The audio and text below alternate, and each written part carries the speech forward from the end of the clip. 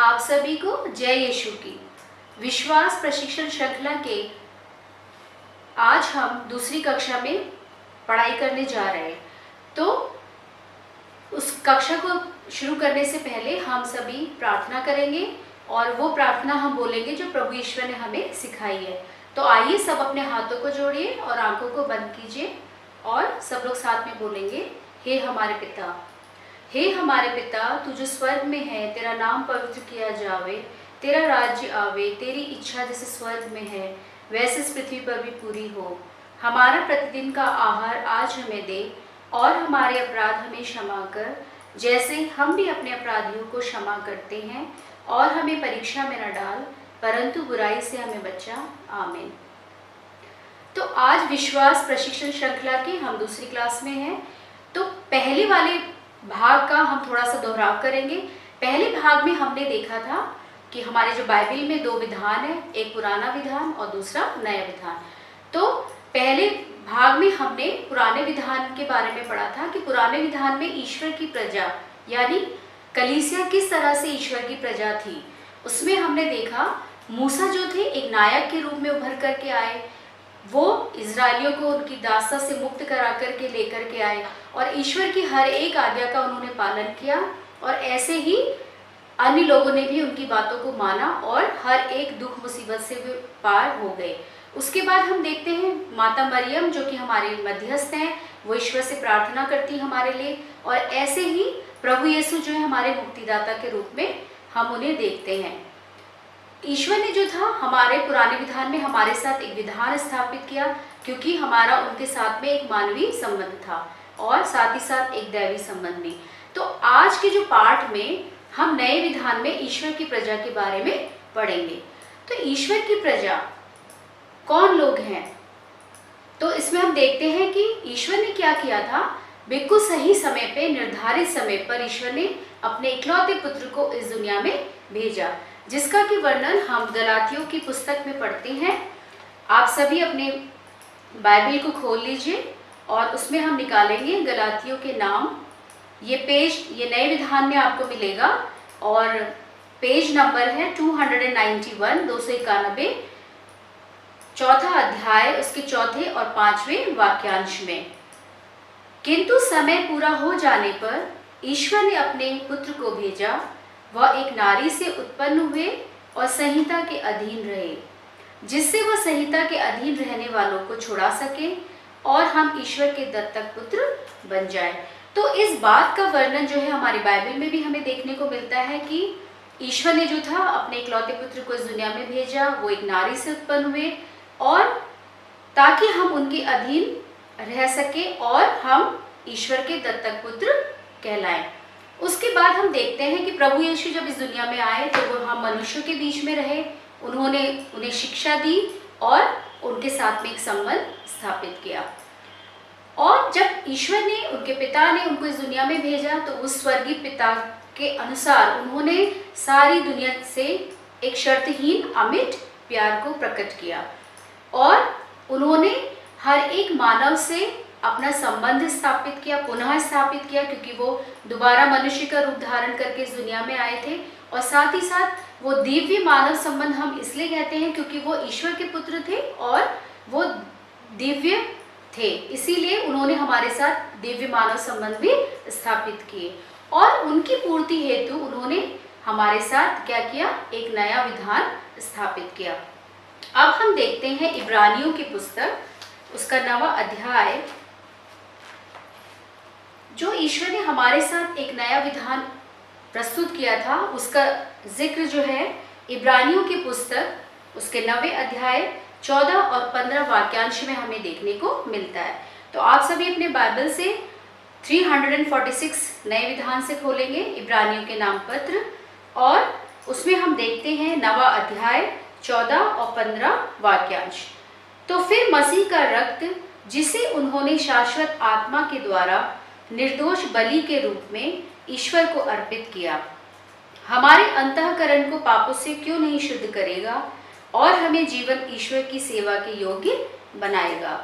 मसीह पहले विधान के समय किए हुए अपराधों की क्षमा के लिए मर गए हैं और इस प्रकार वह एक नए विधान के मध्यस्थ हैं। ईश्वर जिन्हें बुलाते हैं वे अब उसकी प्रतिज्ञा के अनुसार अनंत काल तक बनी रहने वाली विरासत प्राप्त करते हैं। तो ये हम देखते हैं कि ईश्वर के द्वारा हम विरासत, उनके विरासत के भागी हैं, और जो ईश्वर ने हमारे साथ नया विधान स्थापित किया था उसके लिए हम सभी गवाह हैं। तो हम उसके बाद देखते हैं कि प्रभु यीशु जो है अपने दुख भोग एवं क्रूस मरण के द्वारा उन्होंने एक नया विधान स्थापित किया और उन्होंने हमें एक नया आदेश दिया।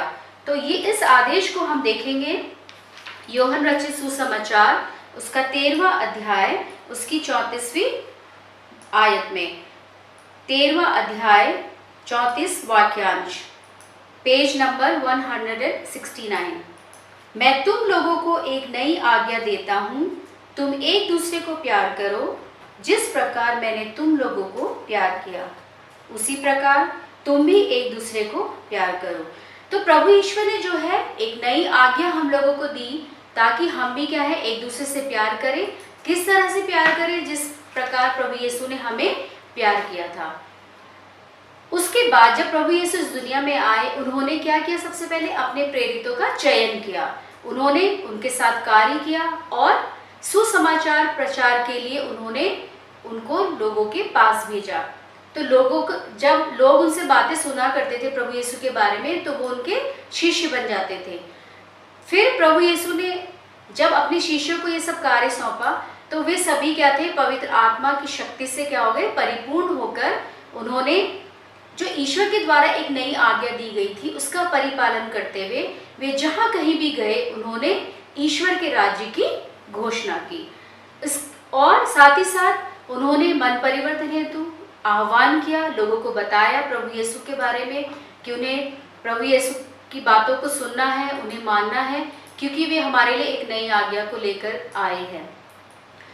जिन लोगों ने उन पे विश्वास किया, विश्वास करने के बाद उन्होंने स्नान संस्कार को ग्रहण किया और यीशु के नाम में किसी ने भी जिनको बपतिस्मा दिया गया था वे सभी क्या कहलाए?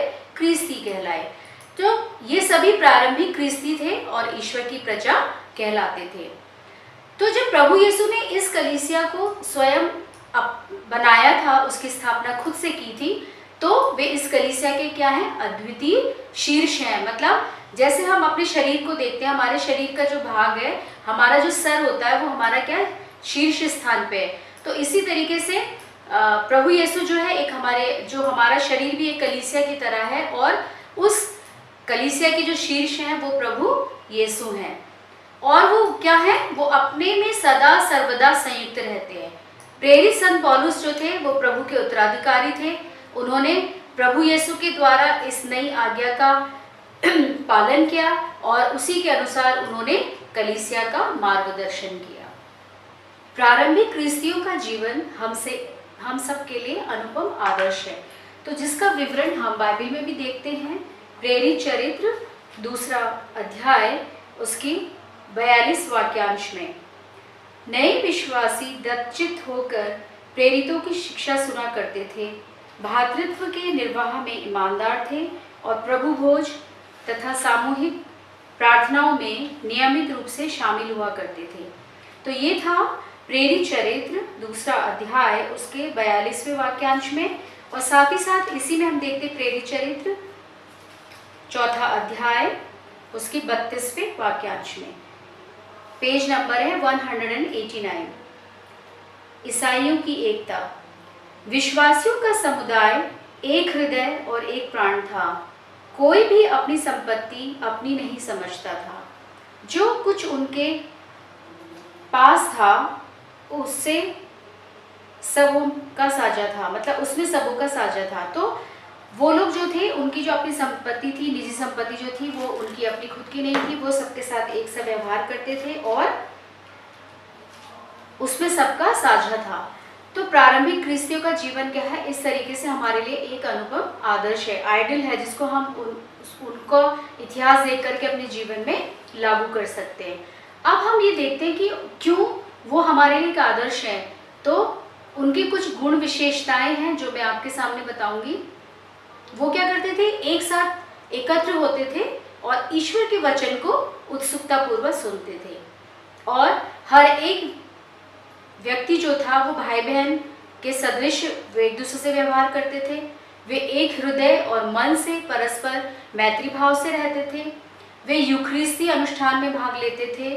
वे श्रद्धा पूर्वक प्रार्थना करते थे और जरूरतमंदों को दान देते थे। इसके साथ साथ जो प्रारंभिक ख्रिस्ती समुदाय ईश्वर के राज्य के मूल्यों को जीवन में क्रियान्वित कर मतलब अपने जीवन में उसको लागू करते थे और उसके बाद प्रभु यीशु ख्रिस्त का साक्ष्य देते थे और अपने कार्यों के द्वारा। इस तरह से क्या हुआ, जब लोगों ने देखा उनको देखा पहचाना तो ख्रिस्ती धर्म का विभिन्न स्थानों और देशों में प्रचार और प्रसार बहुत तेजी से हुआ। अब हम देखते हैं कलीसिया ईश्वर की प्रजा का विशाल समुदाय कैसे है। तो वो कौन लोग हैं जो ईश्वर की प्रजा कहलाने के योग्य है। एक तो वे प्रभु यीशु के अनुयायी हैं और वो कौन है, जिनका कि केंद्र बिंदु प्रभु यीशु है। लोक धर्मी, धर्म संगी, उपयाजक, पुरोहित गण, धर्माध्यक्ष गण तथा संत पापा इसमें सम्मिलित हैं। और इस ख्रिस्ती समुदाय का जो विस्तार है वो पूरे विश्व भर में है तथा जिसमें सभी राष्ट्रों, जातियों और भाषाओं के लोग शामिल हैं। और वो क्या करते हैं, एक बड़े परिवार के रूप में बन करके जीते हैं। और वो क्या करते हैं, ईश्वर के वचन को सुनते हैं और उसी के अनुसार आचरण करते हैं और हमेशा ईश्वर के अनुसार चलने का प्रयत्न करते हैं। और यूखरिस्ती समारोह मनाते हैं, सुसमाचार का प्रचार करते हैं और स्वयं को मानव में समर्पित करते हैं। मतलब मानव की सेवा के लिए वो खुद को तैयार करते हैं और अपने जीवन को उसके लिए समर्पित कर देते हैं। भाईचारे की भावना स्थापित करते हैं और उसको और ज़्यादा विकसित करने के लिए हमेशा प्रयत्नशील रहते हैं।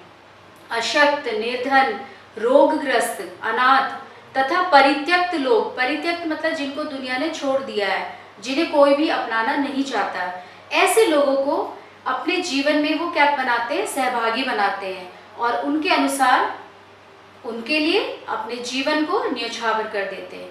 तो इस तरह कलीसिया जो है ईश्वर की प्रजा का विशाल समुदाय है और वे ईश्वर को अपने जीवन में केंद्र बिंदु मानते हैं। कलीसिया जो इस संसार में ईश्वर पुत्र प्रभु यीशु द्वारा घोषित राज्य के मूल्यों की स्थापना करता है, उसी प्रकार नए स्वर्ग और पृथ्वी का निर्माण भी करता है। कलीसिया उन लोगों का विशाल समुदाय है जो क्रिस्त का अनुसरण करते हैं, जो क्रिस्त की हर एक कही हुई बात को अपने जीवन में अपनाते हैं और उसी के अनुसार अपने जीवन में चलते हैं। वे प्रभु यीशु को शीर्ष मानते हैं, प्रेम करने के लिए प्रभु द्वारा दिए गए नए आदेश के अनुसार अपने जीवन को जीते हैं। नया आदेश जो है प्रभु ने कहा है, अपने पड़ोसी को अपने समान प्रेम करो। और जिन्होंने प्रभु यीशु के नाम से बपतिस्मा लिया वे सभी कलीसिया का निर्माण करते हैं। तो ये था बच्चों हमारा पाठ का दूसरा भाग। अब मैं आपको दोनों भाग का से थोड़े कुछ पॉइंट्स आपको बताऊंगी जो कि आप याद कर सकते हैं। तो कलीसिया क्या है, ईश्वर की प्रजा है और जो ईश्वर के विधान से संयुक्त है और वो क्या करते हैं, ईश्वर की आराधना करते हैं, वे ईश्वर की आज्ञाओं का पालन करते हैं, वे ईश्वर को शीर्ष मानते हैं और उन्होंने ईश्वर के नाम से पवित्र आत्मा से परिपूर्ण होने के बाद बपतिस्मा लिया है और वे सभी ईश्वर की प्रजा कहलाए हैं। तो जो इस पाठ को हमने पढ़ा तो उसके बाद हमारे जीवन में भी हमारा एक आदर्श होना चाहिए जो हमारा जीवन आदर्श कहलाता है। तो उसमें सबसे पहले है, मुझे गर्व है कि मैं इस कलीसिया का सदस्य हूँ, क्योंकि हर एक जो अलग अलग समुदाय होते हैं, ऐसे ही हमारा जो कैथलिक कलीसिया का समुदाय है, हमें इस बात का गर्व होना चाहिए कि हम इसके सदस्य हैं और जो कि अभी और यहाँ ईश्वर की प्रजा के रूप में हम देखते हैं। और मुझे जीवन में क्या करना है, हमेशा इस कलीसिया से प्रेम करना है। आपको ऐसा अपने जीवन में निर्णय लेना है कि मैं कलीसिया से हमेशा प्रेम करूँगा और साथ ही साथ धर्म सेवाओं में सहभागी बनूंगा। मतलब जो हमारे धर्म जो है उसकी जो सेवाएं होती है उसमें क्या है, एक दूसरे का सहभागी बनना है और ईश्वर के कार्य को आगे बढ़ाना है। और संवर्धन हेतु। संवर्धन हेतु का मतलब है इस कलीसिया को आगे बढ़ाने के लिए मैं हमेशा कार्यरत रहूंगा या रहूंगी। तो ये था हमारे जीवन के आदर्श जो कि हमें अपने जीवन में लागू करना है और प्रभु यीशु के सुसमाचार को संसार के कोने कोने में फैलाना है। तो आइए, ये पाठ हमारा यहाँ पे समाप्त होता है। तो हम देखते हैं अपनी किताब से। आप अपनी किताब उठा लीजिए, उसमें पेज नंबर 5 है, 5, जिसमें प्रश्नावली दी गई है, अभ्यास प्रश्न है। तो इसमें मैं आपको पढ़ के सुना रही हूँ और आप अपनी जब हमारा जो नेक्स्ट क्लास होगा नेक्स्ट, उसमें आप जो है निशान लगा करके लेके आएंगे किताब में और मैं आपसे पूछूंगी और आप मुझे बताएंगे। पहला प्रश्न है, इजरायली ईश्वर की प्रजा क्यों कहलाते थे? हम कैसे कह सकते हैं कि इजरायली जो है ईश्वर की प्रजा है? दूसरा प्रश्न है, ईश्वर की प्रजा का क्या तात्पर्य? तात्पर्य का मतलब उसका क्या अर्थ है? तीसरा है, प्रारंभिक क्रिस्तियों के क्या क्या गुण थे? उनमें क्या क्या ईश्वर के द्वारा वरदान उनको मिला गया था? क्यों हम उन्हें अपना पूर्वज मानते हैं या हम उन्हें अपना आदर्श मानते हैं? तो उनके ऐसे क्या गुण थे वो इसमें आप लिखेंगे। फिर चौथा है, कलीसिया ईश्वर की प्रजा का विशाल समुदाय है। इस बात को आपने स्पष्ट करना है कि कैसे हम मान सकते हैं कि कलीसिया जो है ईश्वर का विशाल जन समुदाय है।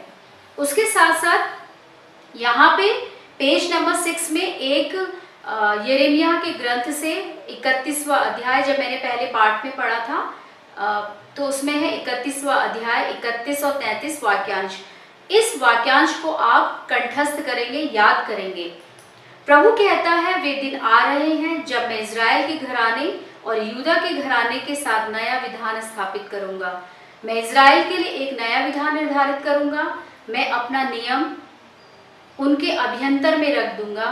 मैं उसे उनके हृदय में अंकित करूंगा। मैं उनका ईश्वर होऊंगा और वे मेरी प्रजा होंगे।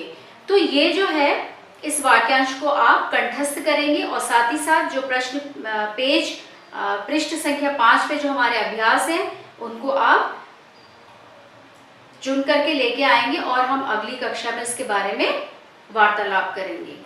तो तब तक के लिए मैं आपसे विदा लेती हूँ। आप घर पे रहिए, सुरक्षित रहिए और अपने माता पिता का कहना सुनिए, जैसा वो कहते हैं उसी के हिसाब से अपना जीवन को चलाइए। और तब तक के लिए जय यीशु की।